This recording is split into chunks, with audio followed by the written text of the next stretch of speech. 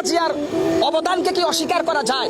আপনারা জানেন খালেদা জিয়া যে পরিমাণ নির্যাতন স্বীকার করেছেন, খালেদা জিয়া যে পরিমাণ ত্যাগ স্বীকার করেছেন গণতন্ত্রের জন্য, এটা বাংলাদেশের ইতিহাসে নজিরবিহীন।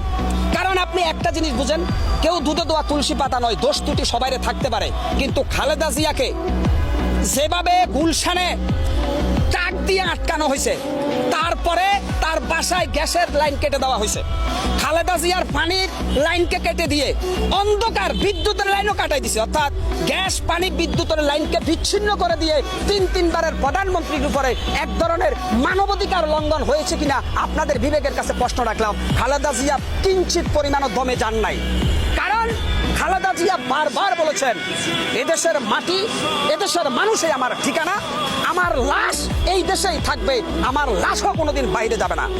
খালেদা জিয়াকে আমি স্যালুট করি একটা কারণে, খালেদা জিয়া শহীদ রাষ্ট্রপতি জিয়াউর রহমানের সহধর্মিনী নয় শুধু, তিনি গণতন্ত্রের মানুষ কন্যা। সেই খালেদা জিয়াকে তুচ্ছ তাচ্ছল্য করেছিলেন ওই যে সিরিয়াল কিলার নৌ পরিবহন মন্ত্রী শাহজাহান খান। খালেদা জিয়াকে কটাক্ষ করে বলছে যে এইবার আমি খালেদাকে মেরেই ফেলবো। ওই বেটা শাহজাহান খান, তুই একটা সন্ত্রাস, আর খালেদা জিয়া এদেশের নেত্রী, তুই খালেদাকে মেরে ফেলবি, তোর কবরের থেকে তো এদেশের মানুষ হাড্ডি উঠে আবার আগুন দিয়া পোড়াই দেবে না। সমন্বয়ক ভাইরা, আপনারা খালেদা জিয়ার প্রতি আস্থা রাখেন, বিশ্বাস রাখেন, তারেক রহমানের প্রতি আস্থা রাখেন।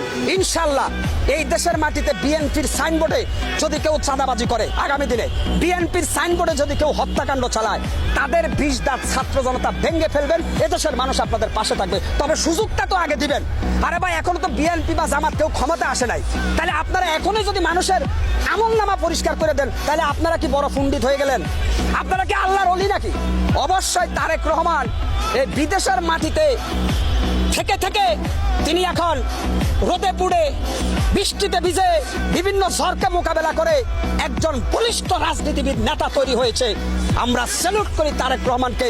যেদিন তারেক রহমান জিয়া আন্তর্জাতিক বিমানবন্দরে নামবেন, সেদিন তারেক রহমান দেখতে পারবেন জনতার মহাসমুদ্রের গর্জন।